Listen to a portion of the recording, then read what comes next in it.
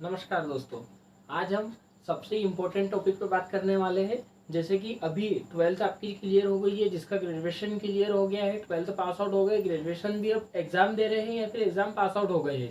तो अब उसके आगे अपने को सबसे कीमती चीज के ऊपर ध्यान देना है कि अपनी जॉब कैसे लगे।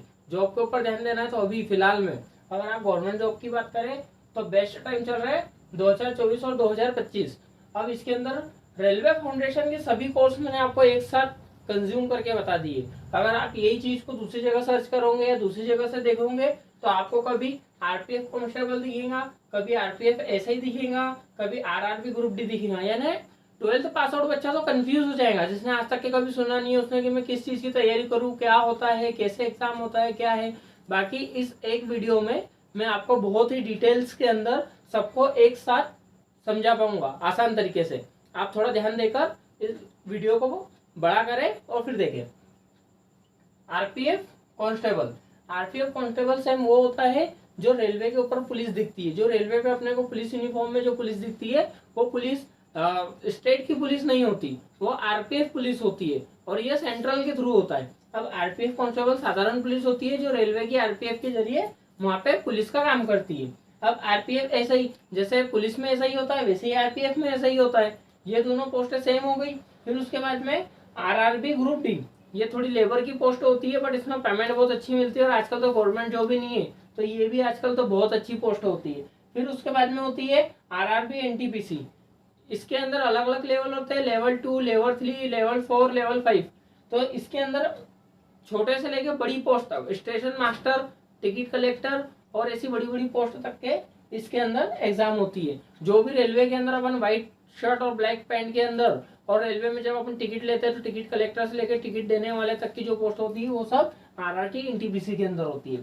फिर आएंगी आरआरबी एलपी नॉन टेक्निकल। तो आरआरबी एलपी नॉन टेक्निकल और आरआरबी टेक्निकल, इन दोनों के अंदर जिनका डिप्लोमा होता है, डिप्लोमा फील्ड से होते हैं, वो लोगों के लिए ये पोस्ट होती है। इसके लिए डिप्लोमा करना पड़ता है। ये 12th पास आउट और ग्रेजुएशन पास आउट नहीं दे पाते, इसके लिए एक अलग से डिप्लोमा की आवश्यकता होती है। फिर उसके बाद में अगर हम बात करें तो आरपीएफ कांस्टेबल की जो डेट है, लास्ट डेट, एग्जाम डेट तो आ चुकी है कब से। जो लास्ट डेट की बात करें तो 14/5/2024 को है। आरपीएफ एसआई की जो लास्ट डेट है वो 14/5/2024 को है। यानी दोनों ही आज के 10 दिन बाद में खत्म हो जाएंगी। मेरा पर्सनल ओपिनियन रहेगा कि आप लास्ट डेट का इंतजार नहीं करें, आने वाले 3-4 दिन के अंदर आप फॉर्म फिल करें। बहुत बेस्ट टाइम रहेगा ये आपके फॉर्म फिल करने का। और सेकेंड टाइम मैं आपसे ये कहना चाहूंगा कि जब भी आप फॉर्म फिल करें तो इसके लिए आप ये याद रखें कि आप जो अपना कास्ट सर्टिफिकेट लगाएंगे वो स्टेट लेवल का ना लगाएं। आपको सेंट्रल लेवल का कास्ट सर्टिफिकेट लगाना है एसटी और एससी वालों के लिए। बच्चे यहाँ बहुत बड़ी गलती करते हैं।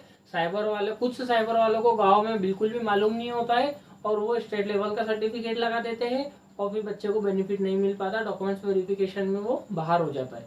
ये सबसे बड़ी समस्या है। कुछ बच्चों का भविष्य केवल साइबर वालों की कुछ मिस्टेक के कारण या डॉक्यूमेंट्स में कुछ हुई मिस्टेक के कारण बहुत बेकार खराब हुआ है। आप लोगों को डॉक्यूमेंट्स के लिए बहुत तैयार रहना है। 10th के अंदर अपना नाम वही मार्कशीट में आना चाहिए जो आपके आधार कार्ड में, और 10th की मार्कशीट और आधार कार्ड के अंदर जो अपना नाम है वो सारे डॉक्यूमेंट्स पर आना चाहिए। इसके लिए मैं एक अलग से आपको वीडियो बनाऊंगा डॉक्यूमेंट्स वेरिफिकेशन का, वो बहुत इंपॉर्टेंट होगा।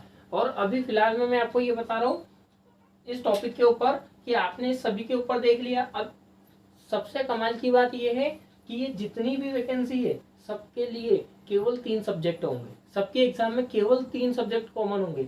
इन दोनों की तो बात नहीं करता हूँ, इन दोनों के फॉर्म तो अभी जा चुके हैं, इन दोनों की तो एग्जाम है। इसके अंदर कुछ अलग से चीजें आती है, कुछ अलग से सब्जेक्ट आते हैं। बट इनकी अगर बात करूं तो ये 4, और एनटीपीसी के अंदर लेवल्स होते हैं अलग अलग, 2, 3, 4, 5 ऐसे लेवल होते हैं अलग अलग।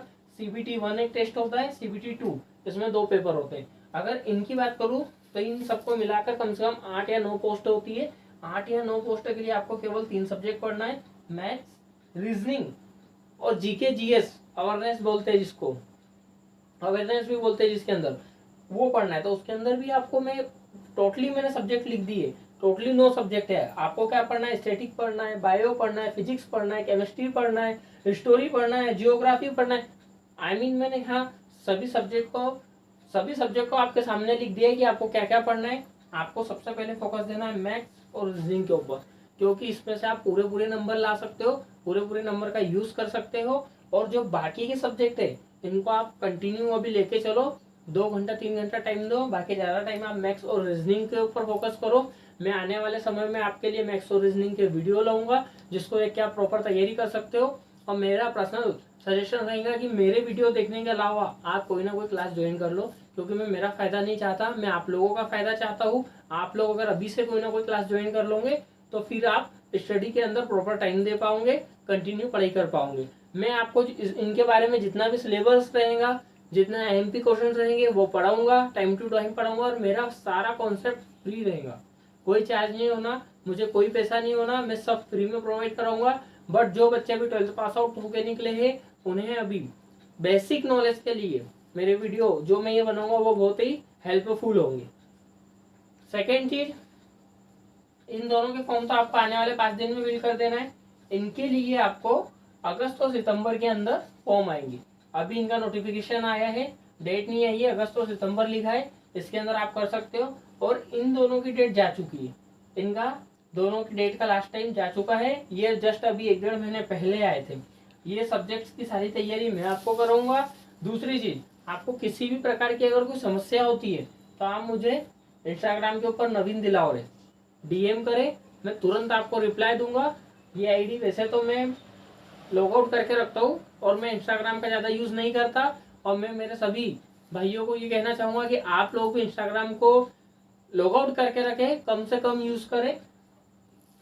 दिन में एक बार या फिर 2 दिन में एक बार मैं इसके ऊपर ऑनलाइन आता हूँ, आपका डीएम जरूर देखूंगा, आपको जरूर हेल्प करूंगा, रिप्लाई दूंगा। साथ ही मैं ये बताना चाहता हूँ कि ऐसी हर एक साइड से दूर हो जाइए जो केवल आपका टाइम वेस्ट कर रही है। अपने आइडियल अच्छे लोगों को बनाइए, विकास सर को बनाइए, खान सर को बनाइए, अच्छे सरों को बनाइए, अच्छे लोगों को बनाइए। आपके जैसे आइडियल होंगे, आपका जैसा हीरो होगा, वैसा आपका स्वभाव और वैसा आपका नेचर होगा। अगर आप दूसरों को अपना आइडियल मानेंगे जो केवल अपनी वीडियोस के अंदर गालियां बक रहे, पैसे कमाने के लिए बुरे काम बता रहे, सिगरेट फूकना बता रहे, डांस बता रहे, तो वो केवल आपका टाइम वेस्ट है। कुल मिला के आप 2 साल 3 साल कॉलेज लाइफ एंजॉय करोगे, ज़्यादा से ज़्यादा पीजी एंजॉय करोगे, और फिर आपका केवल टाइम वेस्ट हो जाएगा। और आपको केवल अपने घर की स्थिति देखना है, बाद में टिफिन उठाना है, मजदूरी करना है, काम करना है, और वो भी अब आसानी से नहीं मिलता। इसलिए आप आपका आइडियल अच्छा बनाइए और अच्छी चीज़ों के ऊपर जाइए, ये मेरा सजेशन रहेगा। अगर आपने आपके गलत आइडियल और गलत हीरो बनाए तो फिर तो आपको बचाने से कोई नहीं रहा, फिर तो वही है स्नैक।